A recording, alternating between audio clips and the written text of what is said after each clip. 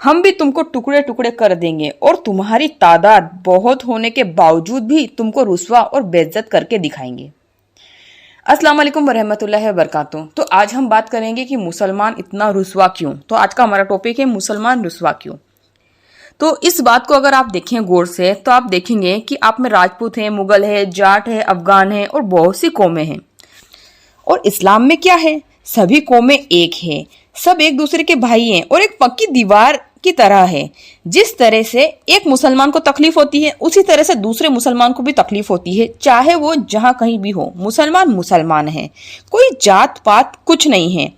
मुसलमान मुसलमान से ईंट की तरह जुड़ा हुआ होता है। मगर आप लोगों में अभी भी वही पुरानी ख्यालात है जो बरसों पुराने से चले आ रहे हैं। यानी कि जो गैर मुस्लिम में होते हैं, अलग अलग गोत्र, अलग अलग जात पात, वही जात पात वही गोत्र मुसलमानों में भी हो गए हैं। ऐसा क्यों?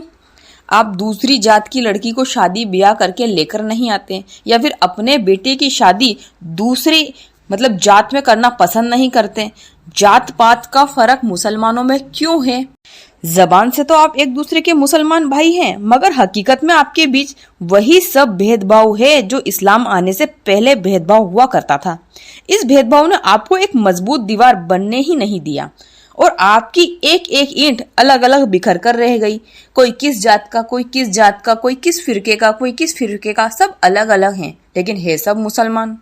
मुसलमान न मिलकर साथ उठ बैठ सकते हैं, न मिलकर किसी मुसीबत का सामना कर सकते हैं।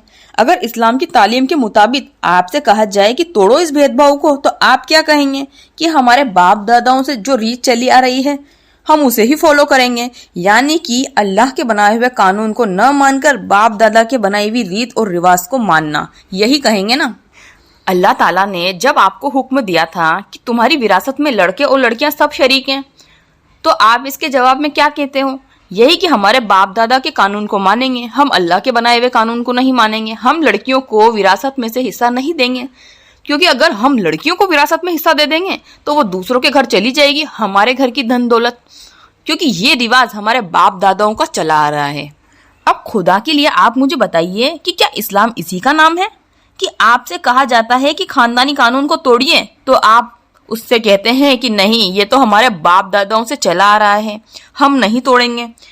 तो आप क्या सोचते हैं कि खुदा का बनाया हुआ कानून जब मानेंगे जब दूसरे मानेंगे, दूसरे उसे फॉलो करेंगे तो हम भी फॉलो करेंगे, और दूसरे उसे फॉलो नहीं करेंगे तो हम भी फॉलो नहीं करेंगे।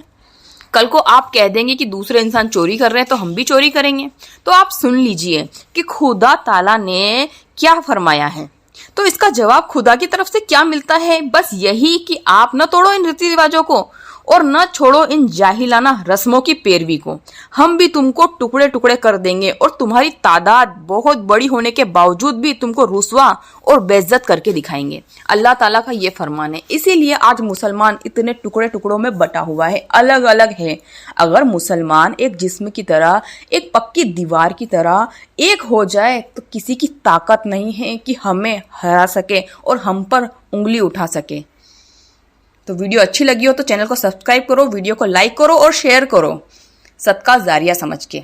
मिलते हैं अगली वीडियो में। अल्लाह हाफिज।